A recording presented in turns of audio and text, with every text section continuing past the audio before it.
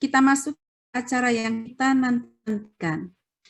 Saya serahkan kepada moderator, Dr. Randa Farida, MSI. Silakan Ibu Farida. Terima kasih host kita yang cantik pagi ini, Ibu Sonia Judlia.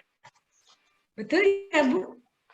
Ya. Saya lihat di ruang room sudah hadir Deputi Bidang Perkoperasian Kemenkop dan UKM, Bapak Ahmad Zabadi, SHMM, juga Kepala Bidang Kepatuhan dan Sistem Pelaporan Bapak Aditya Putra SH, Ketua Badan Pengurus Koperasi IKIS Dosia, Ibu Dr.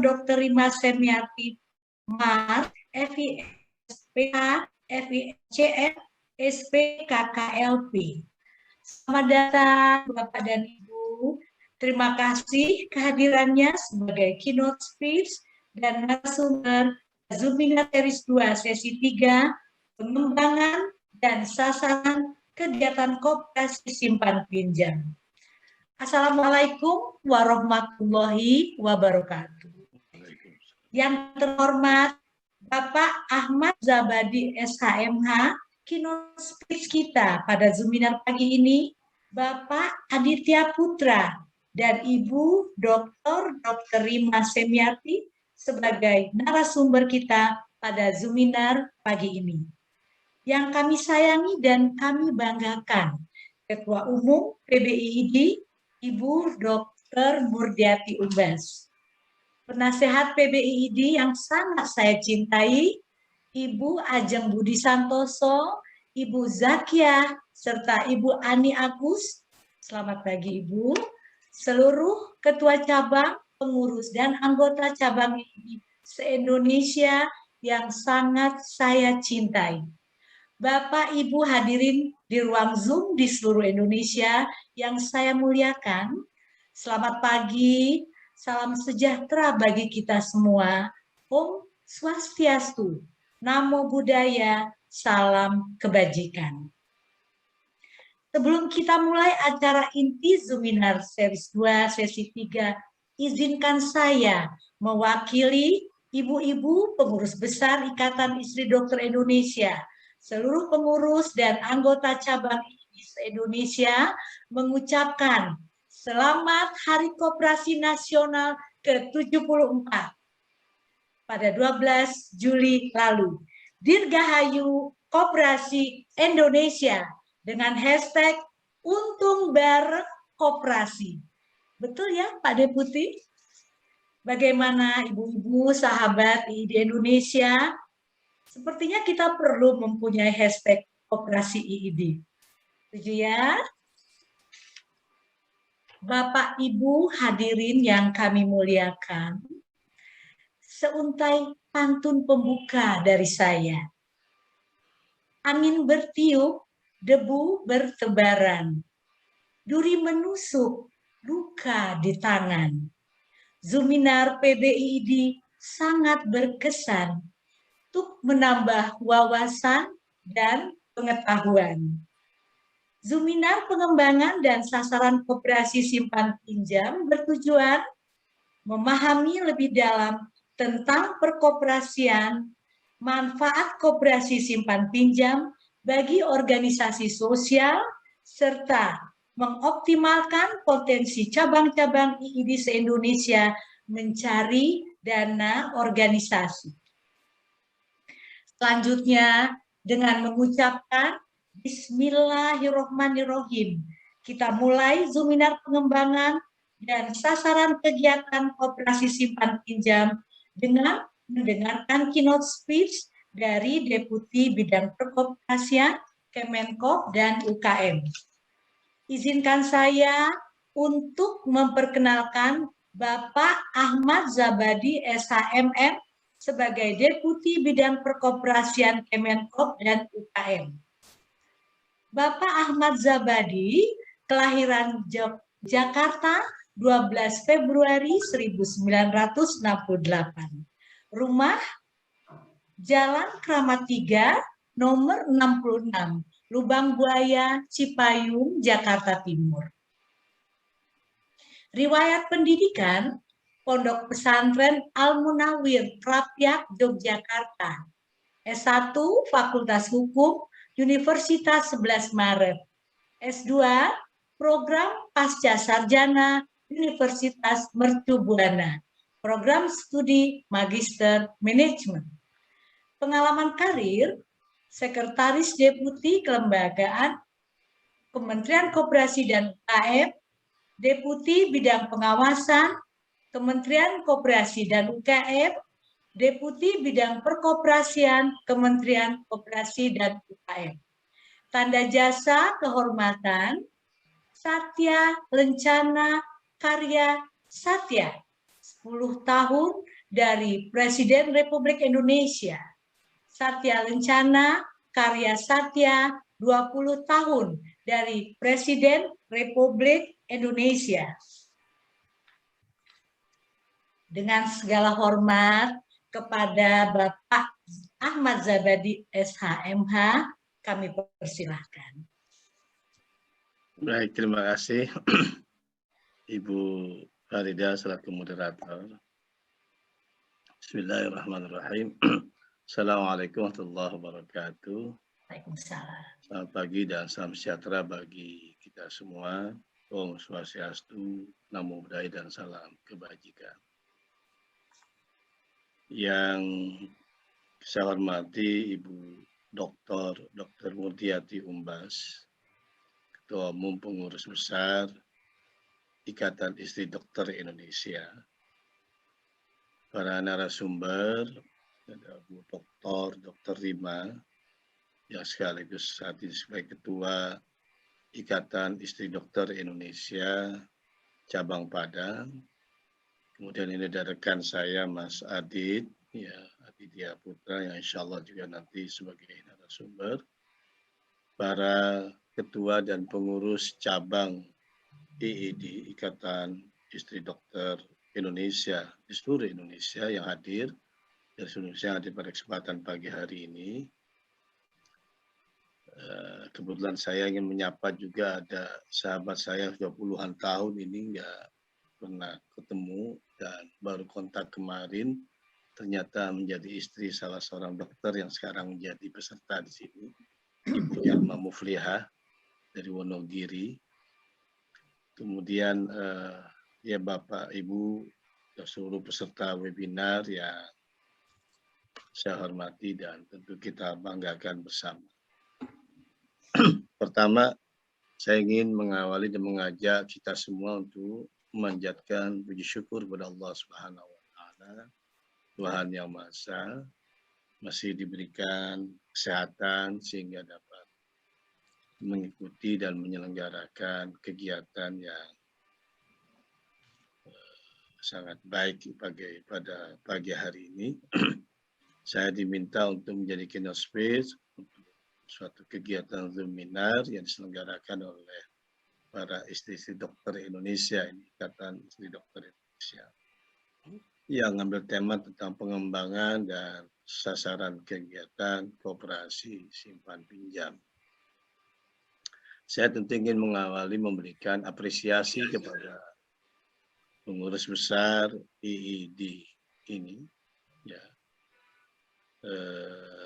karena concern dan memberikan perhatian yang sangat besar kepada koperasi, karena ini saya kira juga dilatar belakangi oleh keberadaan Ikatan Istri Dokter Indonesia ini sebagai sebuah organisasi yang sudah cukup tua, saya kira sudah cukup mapan, karena lahir tahun 1952,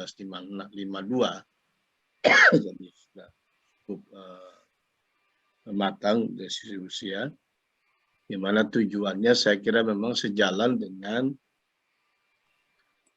tujuan ketika seseorang ingin berkooperasi, karena tujuan ini sendiri adalah peningkatan kesejahteraan sosial dan pendidikan anggota beserta keluarga dan masyarakat. Kesejahteraan ini menjadi salah satu fokus dan perhatian bagi pengembangan koperasi di seluruh dunia dan tentu termasuk di Indonesia. Tadi Bu Murdiati selaku Ketua Umum sudah memberikan satu ulasan, gambaran bagaimana Bung Hatta memberikan satu pesan penting bahwa koperasi ini adalah satu jalan untuk melepaskan diri dari kemiskinan.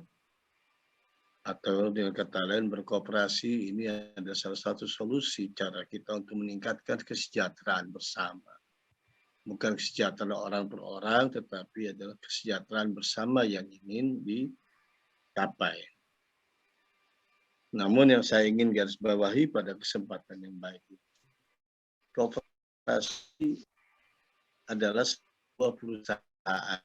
Jadi ketika kita ingin mendirikan dan mengembangkan kooperasi, mindset kita itu adalah ya, bahwa kita akan mengembangkan dan membesarkan sebuah perusahaan ya, dengan tujuan bukan sekedar membesarkan perusahaannya ini ansih, tetapi sebagai kendaraan, sebagai wasilah, sebagai jalan untuk terjadinya peningkatan kesejahteraan dari anggota, atau dalam bahasa di koperasi disebut sebagai terjadinya peningkatan promosi ekonomi anggota. Jadi berkooperasi tujuannya adalah meningkatkan kesejahteraan dari anggota, khususnya kemudian dilihat dari adanya promosi ekonomi anggota, meningkatnya usaha-usaha yang dikembangkan oleh anggota. Sehingga pengelolaan kooperasi ya sebetulnya sama halnya ketika kita juga mengelola sebuah perusahaan, katakanlah PT dan sebagainya. Dan di Indonesia untuk saat ini badan hukum perusahaan yang memiliki kekuatan yang kuat dan sejajar itu adalah PT dan koperasi. Status kooperasi ini jauh di atas CV, di atas firma, di atas bentuk-bentukan usaha-usaha lain yang non-PT. Jadi kooperasi sejajar dan equal dengan PT. Hanya saja lalu yang membedakan ketika kita berkooperasi tadi, bahwa tujuan berkooperasi adalah untuk meningkatkan secara kolektif kesejahteraan bersama. Karena lalu kemudian juga karena di kooperasi ini berdasarkan asas kekeluargaan sebagaimana amanah dari pasal 33 ayat 1 Undang-Undang Dasar 1945, perekonomian disusun ya berdasarkan disusun atas usaha bersama berdasarkan asas kekeluargaan. Usaha bersama berdasarkan asas kekeluargaan itu adalah kooperasi. Jadi konstitusi juga memberikan amanat kepada kita sebagai bangsa Indonesia ini, bahwa perekonomian Indonesia ini memang harus disusun ya, berlandaskan satu ke sistem ekonomi kolektif yang dikelola berdasarkan asas kekeluargaan.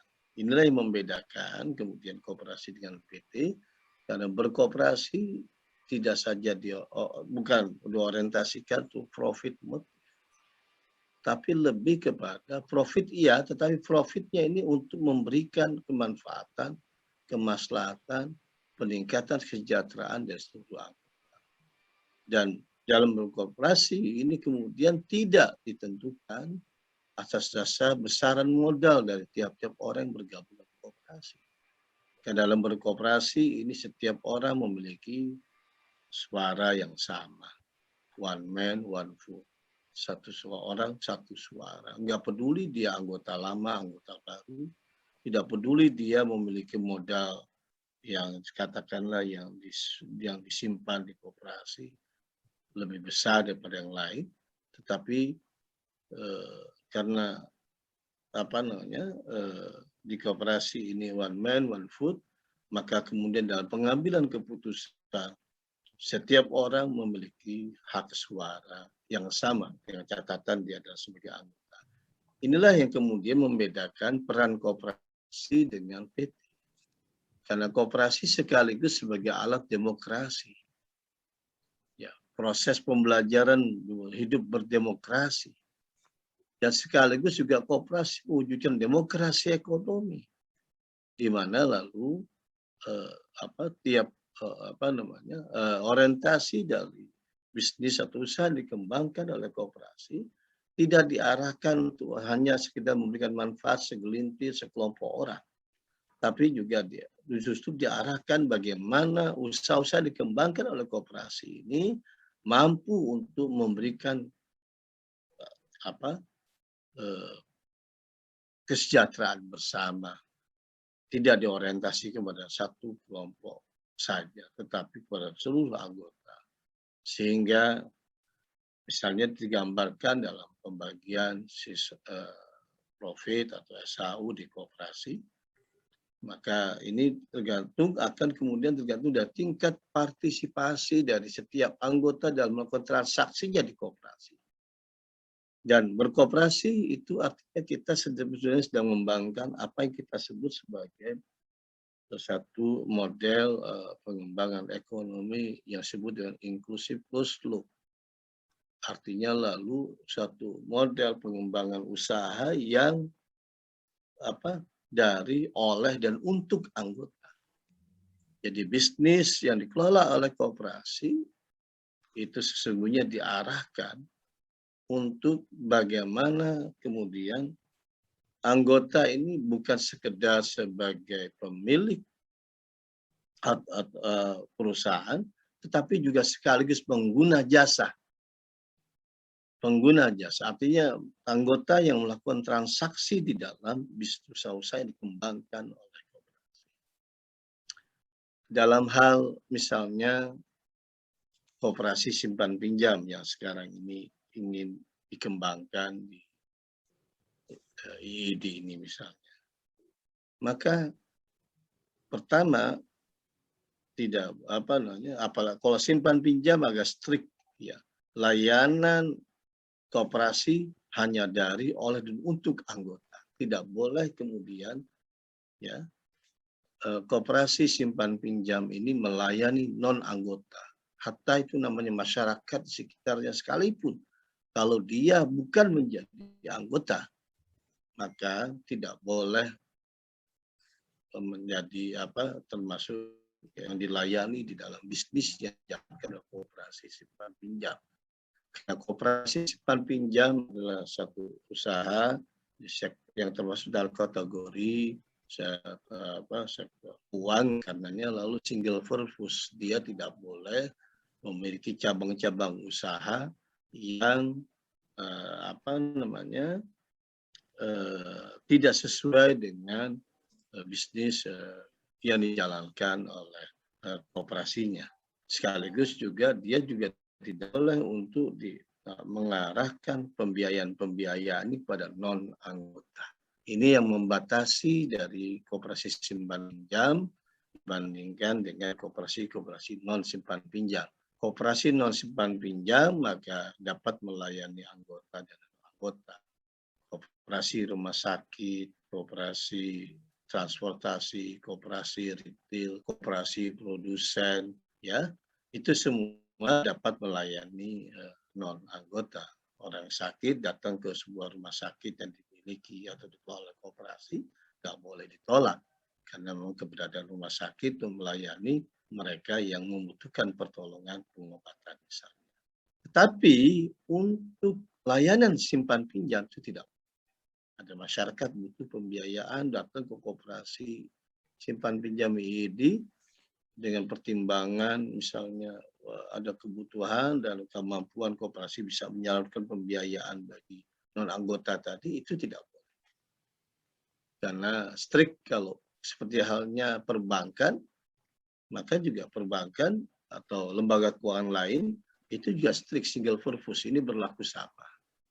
Oleh karenanya tentu artinya ketika diarahkan pengembang koperasi ini pada koperasi simpan pinjam, maka penting untuk dipahami bahwa ini artinya ada kemauan dan ikhtiar dan kesadaran bersama dari seluruh anggota ini untuk membesarkan kegiatan usaha simpan pinjamnya ini untuk kemudian melayani kebutuhan pembiayaan yang diperlukan oleh para anggotanya.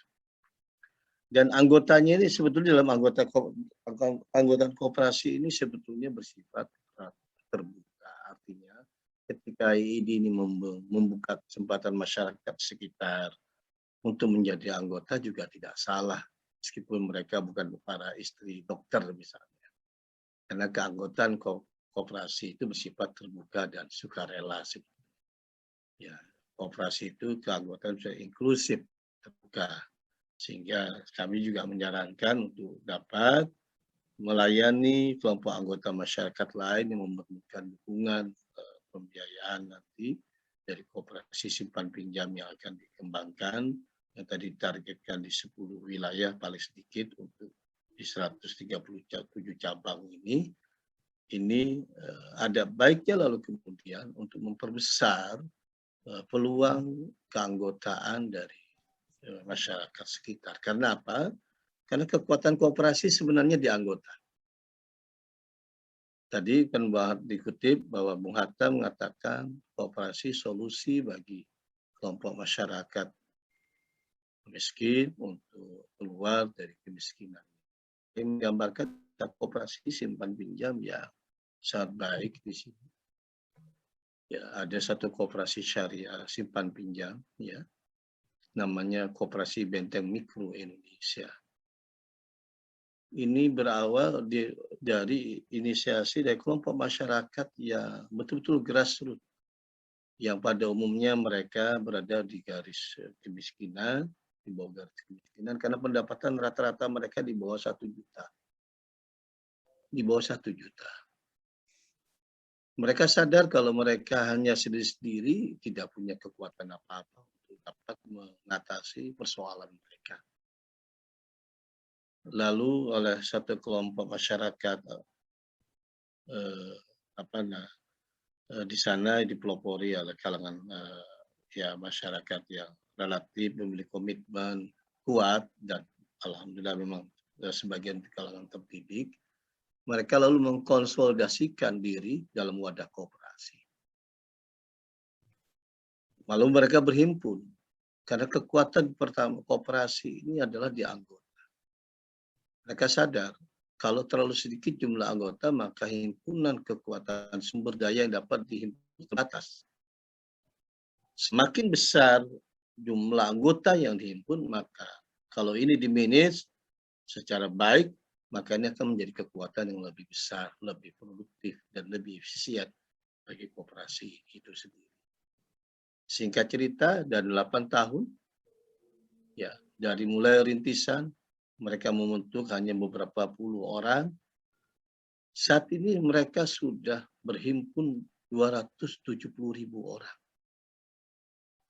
270.000 orang. Simpanan pokoknya hanya 10.000.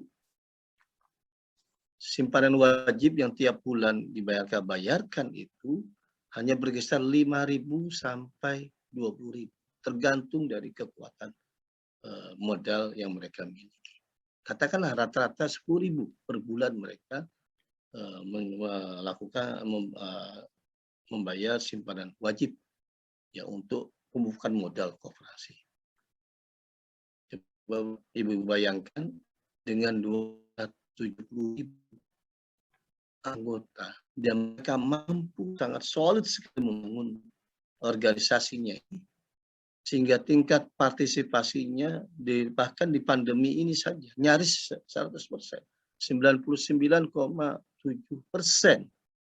tahun 2020 yang lalu.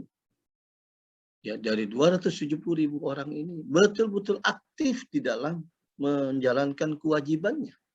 Membayar simpanan pokok yang sekali menjadi anggotanya 10.000, lalu tiap bulan membayar rata-rata 10.000. Tapi 10.000 kali 270.000. Berarti tiap bulan mereka berhasil mengumpul miliaran dana. Rata-rata sekarang mereka sudah menghimpun rata-rata per bulan lebih dari 5 miliar. Apa yang kemudian dilakukan oleh koperasi ini ketika berhasil menghimpun sumber daya menjadi besar ini? Dari 10.000 mereka kemudian, ya mereka sendiri yang mewajibkan untuk menyisihkan Rp1.000 sebagai infak sedekah dia dari 10.000. Singkat cerita yang ingin saya sampaikan adalah saat ini koperasi ini berhasil dalam 8 tahun terakhir ini memberikan hibah rumah lebih dari 306 pada posisi bulan yang lalu. Rumah yang sudah dihibahkan kepada anggota. Ibu-ibu sekalian, saya ingin garis bawahi hibah. Artinya anggota sama sekali tidak membayar Rp1 pun untuk mendapatkan itu. Bayangkan mereka yang pendapatannya di bawah 1 juta, di bawah 2 juta. Saya kira bermimpi memiliki rumah saja tidak berani. Tetapi dengan koperasi, ya, harapan mereka dari kelompok yang paling miskin di anggota, setiap bulan mereka menetapkan itu di kalangan mereka sendiri siapa yang paling pantas untuk menerima hibah rumah. Sehingga sudah lebih dari 300 rumah yang dihibahkan bagi para anggota. Dan kemudian sudah ratusan rumah yang dibangun dengan DP 0 bagi kalangan anggota yang sudah memiliki kemampuan ekonomi. Jadi melalui konsolidasi anggota yang begitu dikelola dengan baik, pengurusnya amanah, maka kemudian nilai yang sebenarnya Rp1.000 sebagai sedekah tadi, yang sekarang tiap tahun itu rata-rata 15 miliar infaknya, sedekah, iswafnya yang berhasil dihimpun dari anggota dan masyarakat. Lalu kemudian bisnis lainnya mereka kembangkan dari dana yang dikelola tadi, mereka mengembangkan, memenuhi kebutuhan di antara mereka, kebutuhan sembakonya. Jadi di antara mereka ada pedagang sembako, pedagang sayur mayur, petani-petani gurem yang tidak memiliki lahan. Koperasinya kemudian membeli lahan 100 hektar yang dikelola oleh para petani. Dikelola oleh para petani, anggota mereka. Dan sekarang mereka sedang membangun sebuah rumah sakit 20 hektar di Tangerang. Yang diperuntukkan juga nanti bagi anggota untuk berobat secara gratis. Inilah ketika berhasil dihimpun sumber daya yang tadi terbatas berdiri sendiri-sendiri, ya yang tidak punya, ya kalau sendiri-sendiri kan tidak ada artinya uang 10.000. Ya, saya kira bagi para istri dokter itu membelanjakan tiap hari lebih dari 100.000 untuk belanja harian di rumah. Ya. Sementara bagi anggota koperasi BMI ini yang rata-rata pendapatannya di bawah 2 juta, di bawah 1 juta bahkan. Saya berulang kali menyerahkan rumah, bukan sekali 2 kali. Saya berulang kali menyerahkan kunci rumahnya langsung kepada si penerima. Pak Menteri pun sudah berulang kali menyampaikan, beberapa kali menyampaikan penyerahan rumah hibah ini kepada anggota dan non-anggota. Diberikan juga kepada non-anggota. Untuk apa?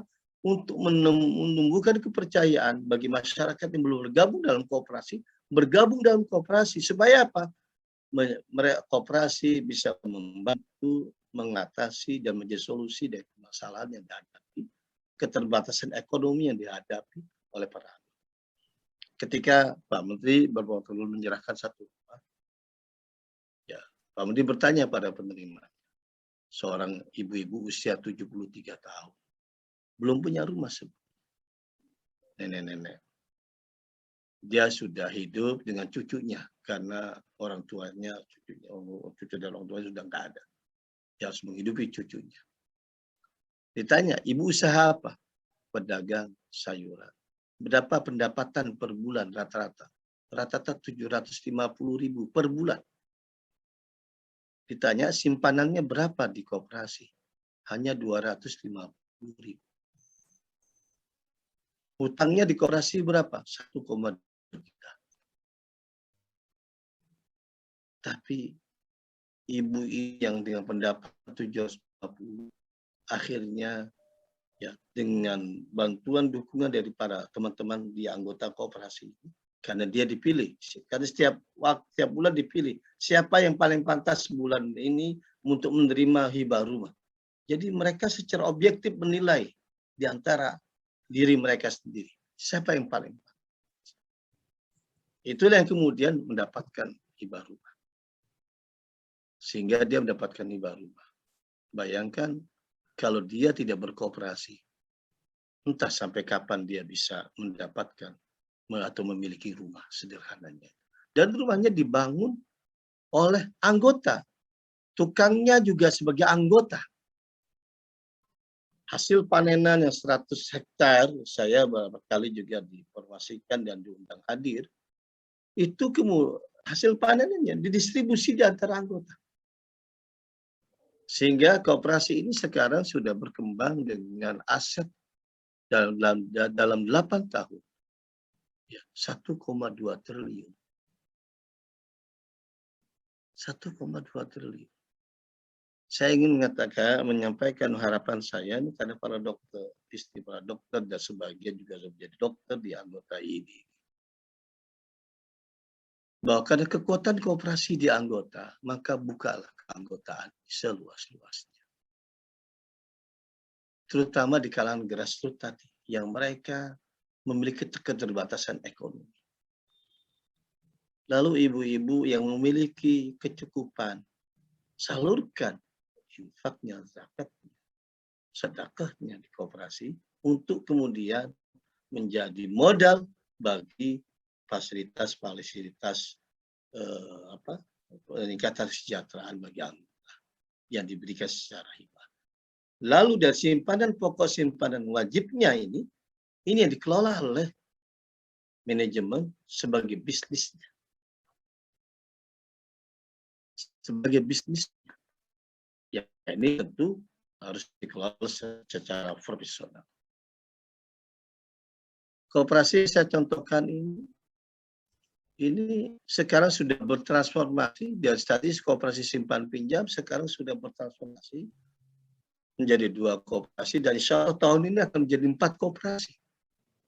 Dari semula koperasi simpan pinjam dan koperasi ini sudah membentuk koperasi konsumen dan segera membentuk koperasi jasa konstruksi dan perumahan, juga segera juga membentuk koperasi produksi dan kemudian juga akan mulai koperasi rumah sakit karena sudah menyiapkan sekarang sudah membangun 20 hektar rumah sakit dan rumah kafes. Apa cuma satu contoh terbaik koperasi model? Cukup banyak. Ibu-ibu bisa lihat di daerah remote lainnya di Maumere, ya di Sika, satu daerah yang saya kira termasuk daerah paling miskin di Indonesia, di Maumere, di Sika. Di sana hadir ya beberapa koperasi yang cukup kuat. Ya. Dimulai juga dari koperasi simpan pinjam. Ada Obormas yang sekarang asetnya 1,1 triliun. Ada pintu air yang asetnya sekarang 1,3 triliun. Itu juga beranggotakan dari masyarakat grassroots yang berada pada tingkat rata-rata di bawah garis kemiskinan. Kita tahu NTT, apalagi Maumere, Sika, Kabupaten Sika, Maumere. Tetapi jumlah anggota ratusan ribu juga mereka berhimpun. Sehingga lalu kebutuhan pembiayaan untuk memenuhi kegiatan pertanian, peternakan, perikanan dari anggotanya ini dipenuhi dari kegiatan koperasi simpan pinjam. Dan lalu kooperasinya lalu mengembangkan juga melakukan spin-off dengan membentuk koperasi-koperasi sektor real. Ada kemudian koperasi retailnya, koperasi perumahan, koperasi produksi. Ada juga yang membentuk PT, kayak pintu air, melihat dengan jumlah anggota lebih dari 180.000 orang, mereka kemudian melihat potensi anggota di bidang usaha usaha-usaha yang dikembangkan oleh anggota ini ada di sektor garam, ada yang di minyak kelapa dan seterusnya.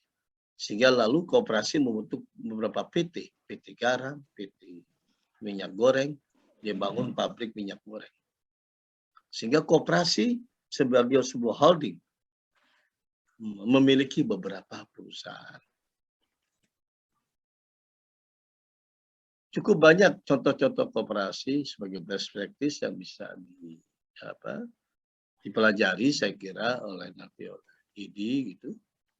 Tetapi yang terpenting, saya sekali lagi ingin berpesan bahwa kekuatan koperasi di anggota. Karenanya penting untuk tidak membatasi keanggotaan. Sebab begitu keanggotaan kita batasi, maka kemudian akan membatasi ruang gerak dan sumber dayanya juga akan jadi sangat terbatas. Sumber daya yang bisa dikonsolidasi menjadi sangat terbatas. Semakin banyak jumlah anggota yang diakomodir, tetapi dikelola secara profesional, insya Allah akan memberikan peluang yang lebih luas, lebih besar bagi koperasi di dalam pengembangan usaha. Dan yang terakhir yang ingin saya sampaikan pada ibu-ibu sekalian khususnya ini, bahwa dengan kebijakan dari pemerintah saat ini, dengan Undang-Undang Cipta Kerja, Undang-Undang Nomor 11 Tahun 2020 tentang Cipta Kerja, kemudian diatur dengan aturan pelaksananya PP Nomor 7 ya Tahun 2021 tentang kemudahan perlindungan dan pengembangan koperasi dan UMKM. Maka koperasi ini sekarang memiliki lapangan usaha yang sangat luas dan terbuka. Koperasi sudah bisa sekarang mengelola rumah sakit. Pada aturan sebelumnya seperti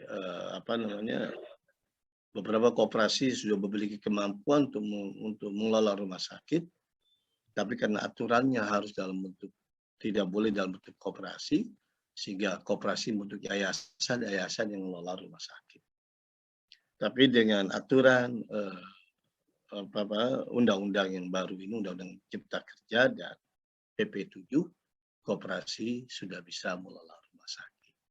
Sehingga saya kira ini bisa menjadi rintisan ke depan bagi PBID barangkali. Dia mengkonsolidasikan seluruh potensi sumber daya anggota yang begitu besar ini, baik secara ekonomi maupun dari sisi-sisi lain yang dapat dikembangkan. Tidak ada salahnya kemudian dirintis. Ya, di samping kegiatan koperasi simpan pinjam, juga PBID memiliki koperasi rumah sakit misalnya. Sehingga dengan begitu layanannya akan lebih luas. Tidak saja kepada anggota, tetapi ke masyarakat yang membutuhkan lainnya. Saya kira ini yang dapat saya sampaikan pada kesempatan seminar Ikatan Istri Dokter Indonesia, dan saya sekali lagi memberikan apresiasi yang setinggi-tingginya atas inisiatif dan komitmen yang luar biasa dari ID ini. Tentu saya harapkan dari komitmen yang kuat ini akan lahir di lingkungan keluarga besar di ini kooperasi-kooperasi yang mampu untuk meningkatkan kesejahteraan anggota dan tentu masyarakat sekitarnya. Saya kira demikian dan terima kasih. Saya mohon maaf bila ada hal kurang berkenan. Billahi taufiq wal hidayah. Assalamualaikum warahmatullahi wabarakatuh. Waalaikumsalam. Waalaikumsalam warahmatullahi wabarakatuh. Terima kasih Pak Putih. Materi yang disampaikan sangat luar biasa dan sangat bermanfaat bagi kami. Ibu-ibu, IID, kita mendapatkan informasi yang begitu jelas dari Pak Deputi. Jika ibu-ibu ingin informasi yang lebih tentang perkoperasian, silahkan follow Instagram Pak Deputi yang ada di kolom chat. Boleh ya Pak? Kami sudah cukup hits di medsos Pak. Dan mohon dibantu ya Pak, pertanyaan-pertanyaan dari teman-teman Ibu. Mudah-mudahan harapan Bapak, kami bisa punya koperasi yang bisa mengelola rumah sakit ya Pak. Amin, amin ya Rabbal Alamin. Itulah hebatnya IID, yang datang langsung Pak Deputi Bidang Perkoperasian, Kemenkop UKM. Terima kasih sekali lagi Pak.